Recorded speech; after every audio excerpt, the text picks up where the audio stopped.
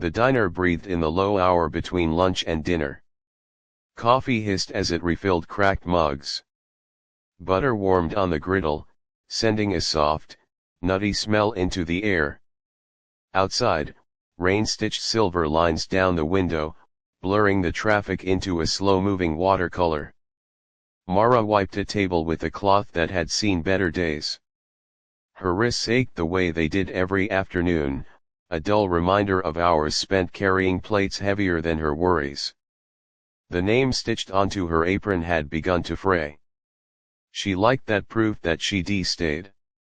At the corner booth sat a man in a charcoal coat, shoulders squared, eyes steady.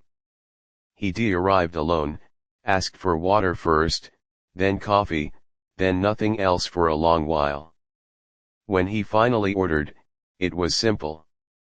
Soup. Bread.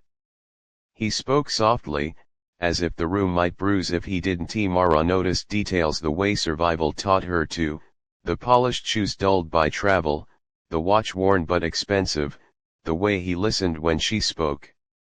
She didn't know his name. She didn't need to.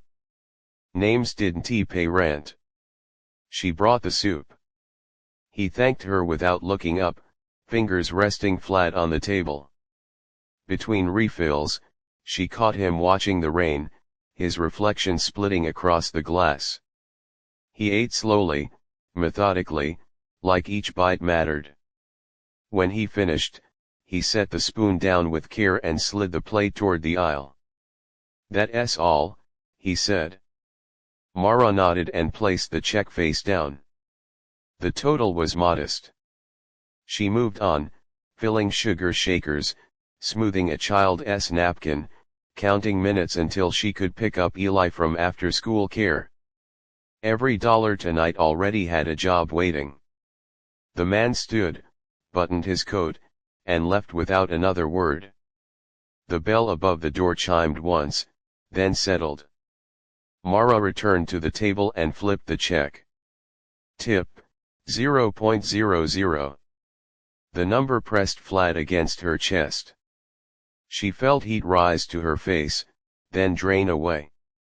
It wasn't anger, she didn't have room for that. It was the familiar quiet math of disappointment. Gas. Groceries. The prescription refill she'd been stretching for weeks.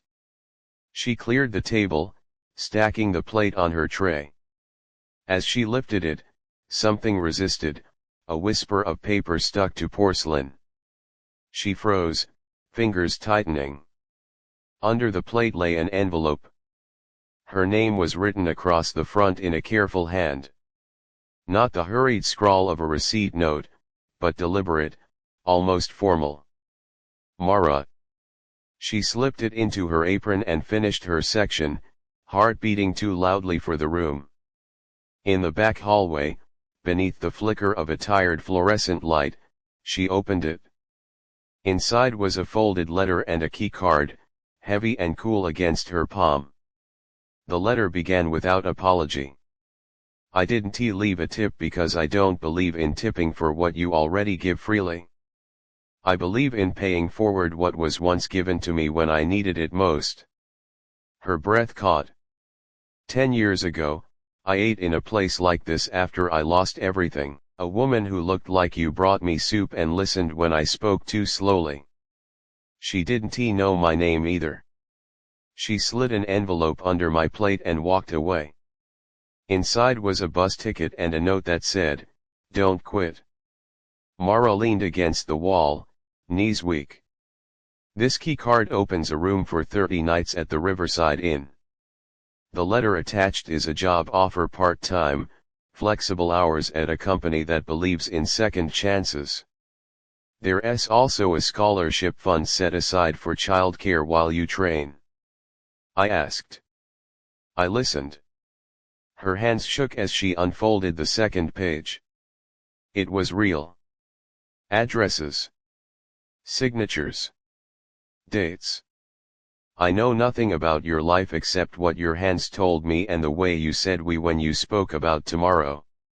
If you choose not to use this, pass it on. That's the only return I ask. She slid down the wall and laughed, then cried, the sounds tangling together until they made something new. 30 nights meant time. Childcare meant breathing room. A job that didn't end with her counting coins at midnight meant dignity. When she stepped back into the diner, the rain had softened to a mist. The bell chimed for another customer. The world hadn't changed, not really, but the ground beneath her felt steadier. That night, Mara taped the letter inside her locker. She picked up Eli with a lightness he noticed, her smile lingering even as she buckled him in. Weeks later, when she finally left the diner for the last time, she slipped an envelope under a plate at the corner booth. Inside was a note and a bus ticket. The note said only this: don't quit. If this story touched your heart and moved you in any way, please like the video, comment, share it with someone who need a little hope today, and make sure you subscribe to Humanity Diaries. Your support help us continue emotional and meaningful stories to the world.